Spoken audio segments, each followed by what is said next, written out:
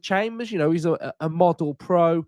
Probably just wasn't at Villa at the right time, but always did a really good job for us. Scored an absolute beauty against Leeds United at Ellen Road. So, yeah, all three of them, really. Sometimes you have players that you just can't wait to see the back of. These players are not like that at all, really. So, I imagine they'll all get a really good reception at Villa Park.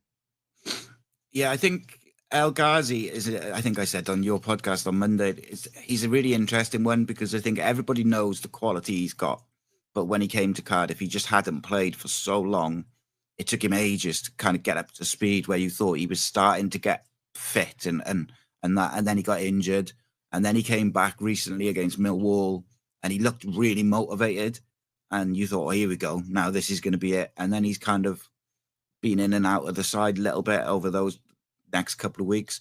I firmly believe that there's a really, really big player there.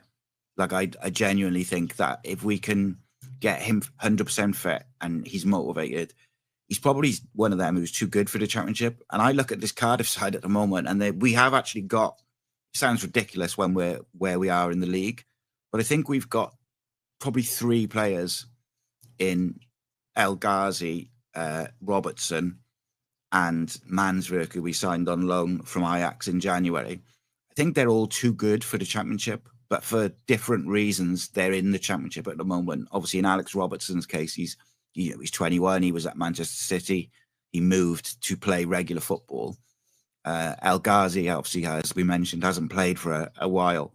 And then Manswerk has come in, and it took him a game or two just to find. I think he was a bit shocked by the intensity of the Championship and the speed of it. But now he seems to be really loving it. And I actually hope he plays on Friday because he's a sort of player who won't kind of coast by and think, oh, we're not expected to win this game anyway. He'll put himself about and get stuck in.